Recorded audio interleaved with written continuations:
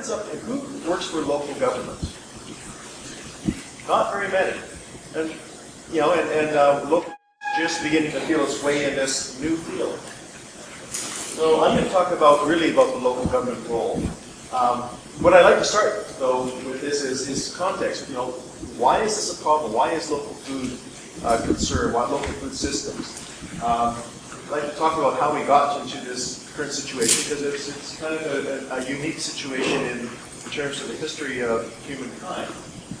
And in terms of working towards solutions, I've just handed out a list of potential local government tools. And you know, local government, as I mentioned, is fairly new into this field. And still, I hear, even just 2 weeks ago, I heard one of my colleagues say, we have no mandate for this. You know, this isn't local government's job. And that's frankly nonsense. You know, the province sets out the municipal purpose in the community charter. And it says that the purpose of local government is to foster the social, economic, and environmental well-being of their communities. Those are the three initial pillars of sustainable development put forward by Brundtland. So anything that's to do with sustainable communities is the mandate, is the potential mandate if the local government chooses for its community. And I'll give a quick overview of what we're doing with in North Saanich with our whole community agricultural strategy. So the issues. This slide is about getting your attention. You know, why should we put money into this? Why should we put time and resources into this rather than parks or roads or some of the other many competing things that local government faces? So you know, we need to understand, staff need to understand, the community, the elected officials need to understand why this deserves our attention. So there's several issues here. Diminishing water. What is it, 1% of the world's water is fresh and only 1% of that is drinkable? And around the world, agricultural demands and drinking water demands are in competition. And the resource is being challenged. The largest known aquifer, or one of the largest known aquifers in the world, the Ogallala aquifer in the southern mid-United States, has about 2 to 3 decades left of water in it. When that's gone, agriculture is going to have a real hard time. Without water, we won't have nearly the same amount of productivity in our agricultural lands. And around the globe, aquifers are retreating. They're drilling down 3,000 feet in Africa and Asia, chasing retreating aquifers. That's a problem. That's a risk. Peak oil. Well, you know, as we know with the theory of peak oil, as that resource diminishes, the price will go up. Why does that matter to food? It matters to food because oil, hydrocarbons, power the modern agricultural machinery.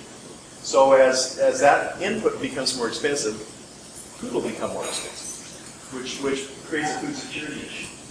And of course, climate change. Because there is so much demand and use of oil, hydrocarbons in powering modern agriculture, that means that there's a lot of greenhouse gas that gets produced by modern agriculture.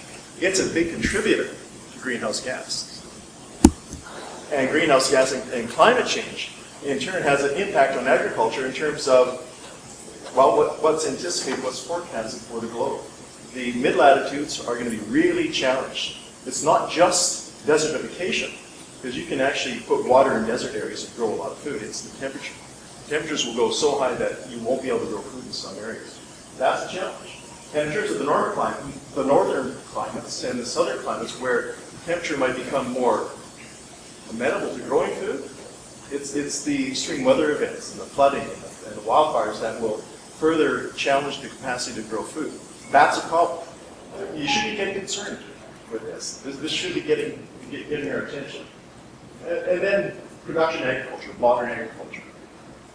Why is that a problem? Well, the practice of production agriculture is such that half of the topsoil in the United States has disappeared because of that practice. Modern agriculture is responsible for the majority of freshwater pollution in North America. As I was going through the literature in my PhD work, I came up with about 30 different discrete impacts of production agriculture, modern agriculture, which impacts our culture and our environment. It's significant. One of the impacts of production agriculture is the food that we eat, or the semi-food that we eat. Food gets handled how much? An average of 33 times. It ships 1,500 or so kilometers to get to us because the agribusiness moves food production around to where it wants it. Food production is being removed from many of our communities. So it gets processed, and we eat food that's not nearly as good for you, really high in fats and sugars, in things that aren't good for you. And the rise of processed food directly tracks with non-communicable diseases, heart conditions, diabetes, serious issues which cost our society a ton of money. So just tackling it on that basis alone would be good for us. So you can see how this all ties together with public health, with land use planning and so forth. And then global demographics. This is an important one. Last March, what happened? We reached 7 billion people on the globe. In 20 years, we're going to be 8.3 billion, forecast by the Foresight Report. Has anybody heard of the Foresight Report, The Future of Food and Farming? Lord Bennington out of the United Kingdom led that exercise with, I think, 100 different scientists. A large examination of the state of food and farming globally. And they said in the next 20 years, we're going to need 40% more food for the global population, 30% more water, 50% more energy. We're already running up against those ceilings. That's a significant issue. And this is not just more people. This is a more prosperous global population that want to eat like we eat, which is more heavily protein, more meat protein. And that has a lot of significant implications. So, and then, of course, the last one is, this is going to converge to create food shortage issues for us. What happened in 2008? Does anybody remember? We had food shortage globally. We had food riots in 30 countries. They were actually rationing staples in the United States out of a lot of the main retail stores. It reached into Japan. It reached into a lot of developed countries. We saw prices of rice and wheat go up some here. We didn't have food riots. But that's just an indication of what can happen with a few things happening. So we have this convergence of issues, and these all represent significant risks for us. Can I just put another statistic in there related to what you're talking about? So that was a relatively minor incident. Only food riots in 30 countries. So that's part of the context. The other part of the context I want to give you is, how we got here. And what you see here is a really simple graph. 8,000 BC up to 2000 AD, plus or minus a bit. 10,000 years of history of humankind settlement. I mean, it was 10,000 years ago, in Neolithic times, when humans started using agriculture as a basis for settlements. Settlements, cities, were allowed because of agriculture. Agriculture has been a part of city systems for 10,000 years. Less so now. That little emergence at the end is roughly the last couple of hundred years. And that's roughly when we had industrialization occur. And with industrialization, there's a couple of things that happened here. Through cheap energy, specialization, consolidation, so forth, and 3 revolutions in agriculture. Agriculture went off on the tangent where it's being removed from our city systems, outside of our cities, invisible to most of us. We just assume what food's going to show up in the grocery store. And in terms of city form, not only was agriculture removed from us, but we want to live in areas where there wasn't anything but houses. The single-use zone. So we've had this divergence, which has created a whole bunch of sustainability problems.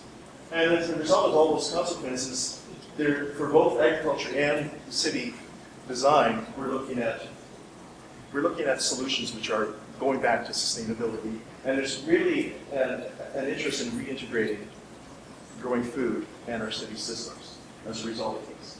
So that's sort of how, not as much why, but how we got to where we are now. So we had this convergence, we have to think about how we respond to this convergence of issues. I would argue that the role of food production and food systems in sustainable communities is key. If we want resilient communities to be able to withstand shocks, external shocks, I guess an interruption in the supply of food from across the world can have a really significant impact here if we're not producing enough of our own local food. In Vancouver Island, we used to produce most of our food. Now we're down to under 10%. 72 hours of food, is basically what grocery stores keep in stock. So if we had a big supply shock, we're in trouble. That's not resiliency. Resiliency comes with the capacity to absorb those shocks.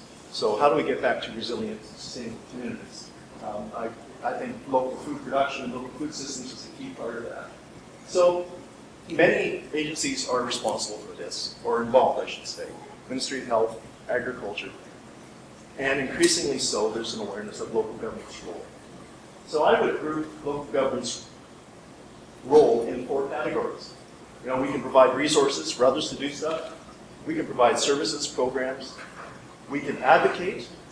Advocacy is a powerful tool for local government. And we can regulate, prepare policies. So I'm going to talk a little bit about that. And what I handed out to you there is a really short summary of some of what I gleaned from the literature and what I gleaned from what some municipalities are doing in terms of tools. So this is fundamentally about reintegrating food systems with our communities.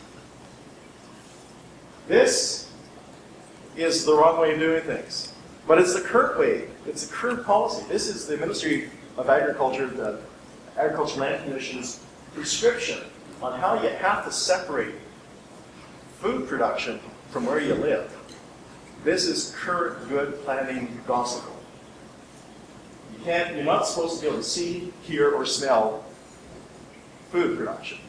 On the left-hand side, you're going to have houses. On the right-hand side, you're going to have agriculture. It's backwards. It's a function of what we've done over the last couple of 100 years.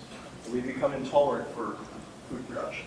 You can't see this very well. This is a little town of Gubi in the Tuscany, where you see the olive and the grapes grown right up and into the community.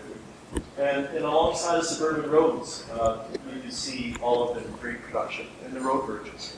And we saw apples to be grown there. And you don't see that in road verges here, but what a lot of opportunity, a lot of land.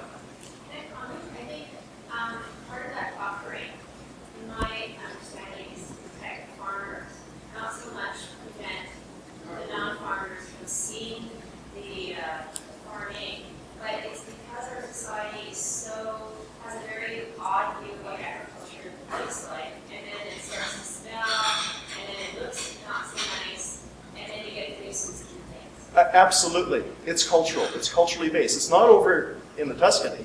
It is here because of how we built our cities and how we developed our culture so that we are intolerant of those activities. So this is about minimizing conflict. Sometimes we should just put up with it. And sometimes we should embrace it. It's not bad. Any little city spaces are used for growing food in those communities. This is old Europe, right? And it's a part of the culture in a very profound way. Food, good local food, wine, it's a part of the culture, and it's wonderful. It's embraced.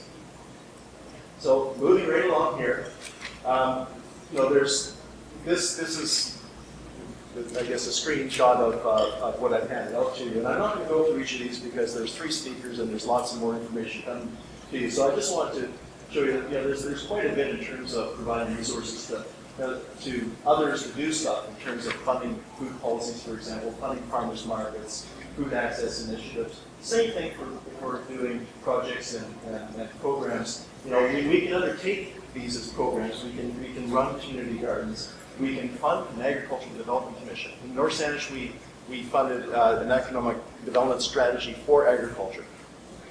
We could actually have a commission in order to, run and oversee that.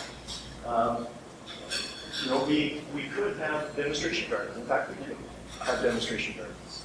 Right in the municipal yard, we turn the municipal property into demonstration gardens for them. We have an orchard which will fit into somebody's backyard and produce 3,000, 4,000 pounds of fruit. You know, that's pretty significant. This is really interesting to me. I found an article written in the late 1990s that somebody boldly said, we should have municipal food departments. And as I was doing my research, I found an article written in 1918 by Mr. Saul, a medical health officer for New York City, saying, as a World War I measure, we should have a municipal food department for New York City, as to make sure that we have food coming in. Just one bullet point I see missing would be a local purchasing policy by government. Yes, in fact, I have that here in one of these others. I'm not going to go through all these. Again, as you can see, as we get into advocacies, there's all sorts of things that you can do in terms of advocacy. You know, you can advocate for people to run programs. You can advocate for backyard aquaculture, for example, for vertical gardening, for farmers markets. And you know, what local governments are perhaps most known for, which is regulating and establishing policy, there's a tremendous amount that we can do. You know, in North Saanich, we have done the farm-friendly sign bylaws on the advice of our agricultural community. Zoning bylaws, powerful tool. You can actually enable urban agriculture and prescribe how it occurs in somebody's backyard in terms of separating where composting is and when it occurs during the year. You can do all sorts of stuff with zoning. We haven't gotten there yet, but I anticipate over the next decade that we'll see a lot of interesting innovation in this. We can look at revitalization tax exemption bylaws to support and encourage abattoirs. Well, most communities don't even want them, even if they're in their rural areas. And we in North Saanich, we have a large agricultural area, and even a local chicken, turkey abattoir is controversial. Imagine going to now and saying we want to help fund that by getting it a tax break. It can be controversial, but it's a tool, and that can be used for anything, basically. And in food system mapping, we're doing that in many places. We're doing it in Campbell River, for example. So there's a range of tools that we can do if we want to take on this mandate. And in terms of what we're doing in North Saanich, in 2011 we prepared a whole community agricultural strategy, which is different from your normal agricultural area plan. Different in a really important way. It's a little schematic. I'm not expecting you to read it. Just you can see that you got a big circle. That big circle includes all of the food system elements like land, water, farm worker housing, labor, regulations. So all those things that are important in terms of food systems. But the two inner circles, one says non-traditional agriculture, the other is traditional agriculture. In other words, urban agriculture and modern agriculture. And this whole community agricultural strategy did two main things. It said, we're going to plan for those together to see if there's overlap and see if there's a synergy in doing this. And we're also going to do it in a way that it's being planned for the entire community, not just a part of the community, but the entire community. And that was adopted, completed pretty rapidly, and the council of the day, council's changed since then, the council of the day did quite a bit of implementation right away. It supported the development of the demonstration gardens. I have a little plan down there, a little map, which shows the lands that we call the Sandown lands. It's an expired harness racing track, about 100 acres. It's in the agricultural land reserve, and they want to do something with it. So the council of the day and staff developed this proposal where we went to them and said, you know what? You take out 10 acres. It changed to 12. You take out 10 acres and develop that and give us 90 acres so we can have that for farming. Reinstate it, the harness racing track, take out down the old buildings and put that back into farming and have that as a community resources forever. That's finally got unanimous approval of our council as of a couple of weeks ago. And the 10, 12 acres that's coming out of the land reserve we're putting the same amount back in from municipal property. Land reserve, there's a massive gain in terms of agricultural potential. An example of what you can do for local food, if you turn your mind to it, is a policy imperative. And will there be a relationship between that 10 acres that's being taken out for development and the remaining 90 acres of agriculture? Will they be related in any way? Is it going to be housing, commercial? Well, that's a really fine question. How were we able to convince them to accept development on only 10 acres and give us all of that? There had to be a lot of value in this. So what we did is we clustered the density in the most intense way we could, which was commercial land. This is beside the Pat Bay Highway. But this will be separated, but not with the traditional agricultural buffer that the land reserve prescribes. That's going to be a buffer comprised of fruit trees and berry crops, as you know, a different way of doing things. This is beside the Pat Bay Highway. It's logical for it to go there. And here's the land that we're putting back in, which, you know, this is all in the heart of the land reserve. It makes sense for us, and we do really well with it from a revenue point of view.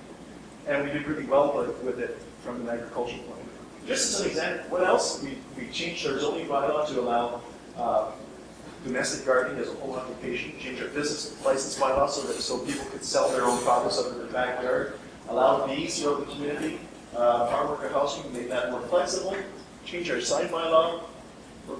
5 minutes? Coming up. We developed an information resource on our website for agriculture. We funded farmer forums, and we did an agricultural economic development strategy. Just a couple of examples of our demonstration gardens when we first went in. You know, you can do stuff with the food plants that's every bit as attractive as ornamental, non-productive plants. Their property in red lettuce is our mascot, our blue heron. And the orchard is beautiful, particularly when it's in flower and at its product. And there we are. That's what I have, and we're going to be handing you over to Chef. It'll be commercial, like retail stores. Right? That's where the money is for them. That's how we were able to concentrate their interest in a very small portion of land. So yeah, there'll be commercial store. We hope that there's a grocery store. We hope there's a grocery store that will take the produce of the land that's being farmed next to it. And it's, you know, incidentally, when you do something like that, that's really good for the community. You find partners coming to the woodworks. All of, you know, the Victoria Airport Authority does a lot of development in its lands, and it has to get rid of its topsoil. It's giving us all the topsoil. They're testing to make sure that it's clean and appropriate. They're going to deliver it all free of charge to the site, which is marvelous. It's been probably Mayor Fiddle about 2.5 years since we've been trying to get this approved. The new council came in, they wanted to talk about it more. So and really what's worked well here is that the applicant and the owners who have owned this property basically for 50 years, really, I would say, you know, wonderful people, enlightened, and they wanted to make this work. So they went and crunched numbers, and the issues were that the new members of council wanted all the improvements that were being required by the land commission to be paid for by the owners. Okay. They were already giving us an asset worth millions of dollars, and we had actually proposed with the previous council to pay for all the improvements through the increase in taxes, which were going to go from $20,000 to $500,000 a year, that we wouldn't have otherwise. And so within 2 years, all the improvements would be paid for with money that comes out of the proposal. They didn't want to do that. It's their prerogative. Thank goodness the owners wanted to carry on, and so we're really grateful for that. Okay. I just want to say Rob is very diplomatic and is really underplaying that they, Alex and Rob and other people who fought so hard to make this happen. And I just swapped the land on Friday with the developer, and it is going to be an amazing resource to us in our community. And the one thing that happened is through the negotiation process at council to do this is we had to show community support, and we held a community meeting, and over 300 people came out and jam-packed the church. And 400. Well, I know many people in a fairly small, I mean, North Saanich is in a huge community, and just overwhelmingly said this is such a good idea, we need to think about the future, and we really need to support them to do this. So, you know, you're talking about it as if it's really easy, but this has been a really huge process, and what we're getting at the end of the day is going to be a huge legacy for North Saanich. I don't think there's very many communities that can say they have 100 acres of agricultural land that is for teaching and learning around food, incubator farms, larger commercial production, community gardens, like a huge research, a huge resource to us. So I just want to say thank you so much publicly again for all your work. It's really